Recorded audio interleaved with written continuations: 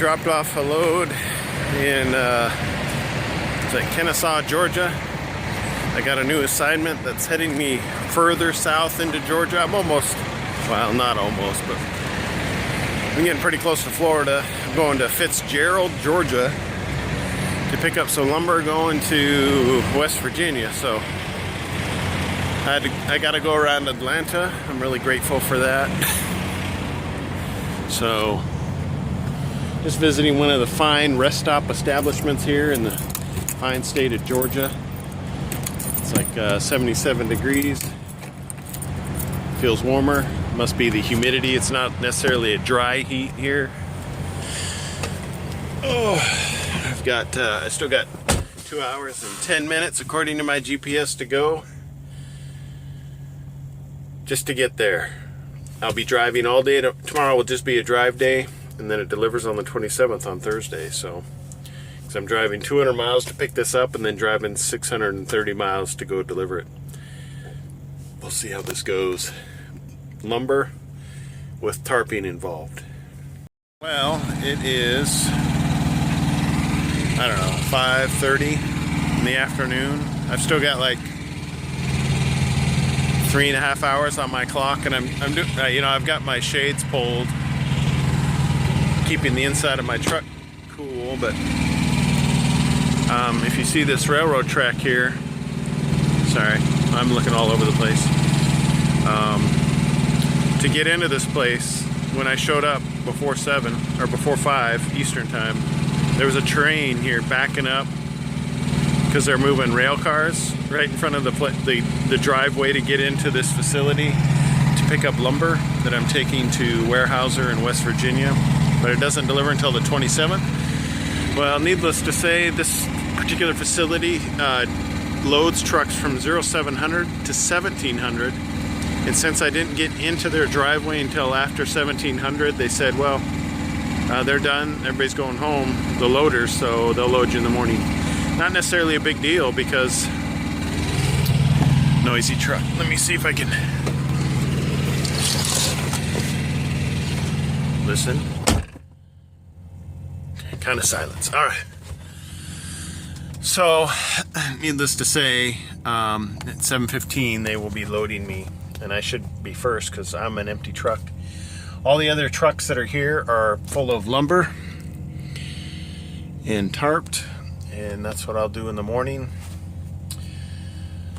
I won't make this today's video. I'll just I don't know. Since tomorrow I'm doing nothing but driving, I'll try to include that in this one. I don't know. But yeah, I have 3.5 hours left on my clock. Let's see. Let me turn this down.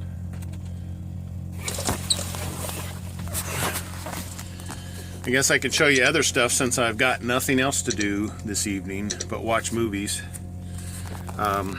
So you can see where I'm at. I'm almost to Florida, which was unique. It's warm and humid here. That's my route. It should be a lovely route until I get up into this area, Virginia, West Virginia. What I mean by that is that'll be a nice looking area, but it'll be a lot of hills and slow going at times.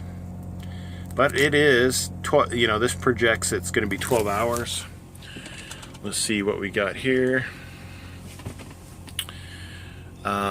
This route that I've got plugged in is 663. This one says 695. I have a feeling it's going to be a different route than what my GPS wants to go.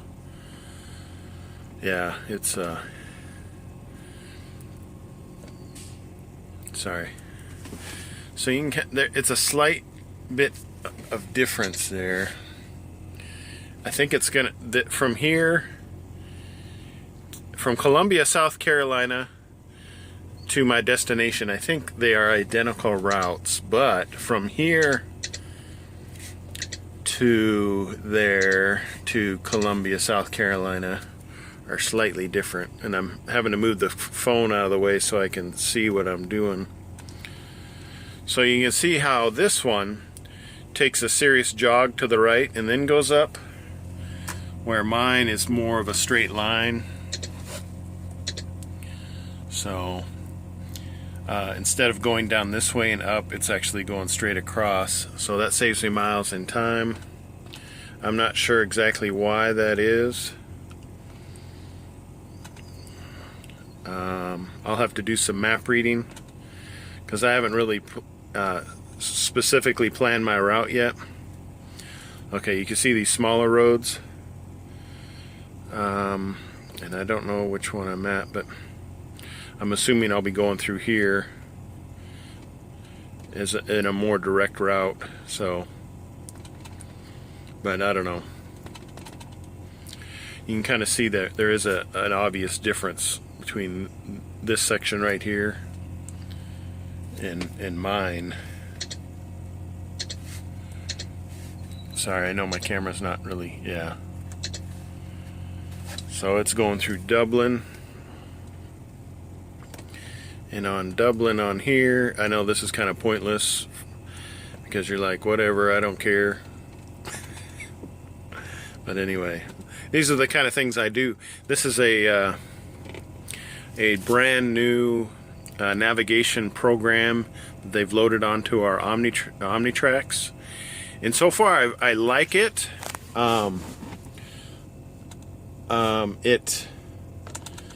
It's a little bit, I think, easier to use than the last one, and I think it's probably more accurate in the sense that it doesn't tell me to get off on every exit and then get back on the highway. It does have a nighttime mode, and but last night it wasn't working. You know, it was like this, and then when I switched to nighttime mode, it still looked the same. It just changed the colors of these buttons over here, and I'm like, well, that's not nighttime mode. But of course, when I get up this morning, and it came on, it was dark, and I don't know why that is. So anyway, you have the thing about this one that I noticed right away is it has buttons you can utilize right on the main map while you're seeing your route and everything else, similar to this one where you have buttons you can use. On the previous version, I think I had to go to the menu if I wanted to do anything, but this I could change the views from north up to my head to where I'm always facing up, or the 3D mode, which I think I prefer 3D. Just, well, you were saved by the bell for me talking about all this map stuff. Somebody called. So anyway, one thing I noticed while I was on the phone, and there's another Maverick driver over on that side of my truck. I helped him fold up a tarp. He's probably staying the night here as well. This train is not just like for this company. There have been 2 trains that have gone by so far, blasting their horns, and I'm like, oh my goodness, I hope that does not happen tonight while we're trying to sleep, because that will prevent good sleep. I don't mind them blowing their horns when they cross the road, but they tend to start it like way back there, so I get a lot of the blast of the horn. So anyway, I will be getting up about 7 o'clock, maybe a little bit earlier, eat some breakfast. I have cereal, and then I will begin my journey through South Carolina, North Carolina, Virginia, and West Virginia. So we'll see how this goes, and we'll go from there. I wish the train wasn't blocking the tracks when I first arrived, because I have a feeling I would have gotten loaded. Yeah, but that doesn't necessarily mean I would have had enough time to get out of here and get somewhere where I can legally park. So I might have ended up staying here but that would have allowed me to leave first thing in the morning, loaded, ready to go. Instead of now, I'll probably be driving out of here 8:30, 9 o'clock in the morning, which isn't necessarily a big deal because I can only drive for 11 hours. So I'll be done by 8 o'clock anyway. So, oh well. We'll see what happens.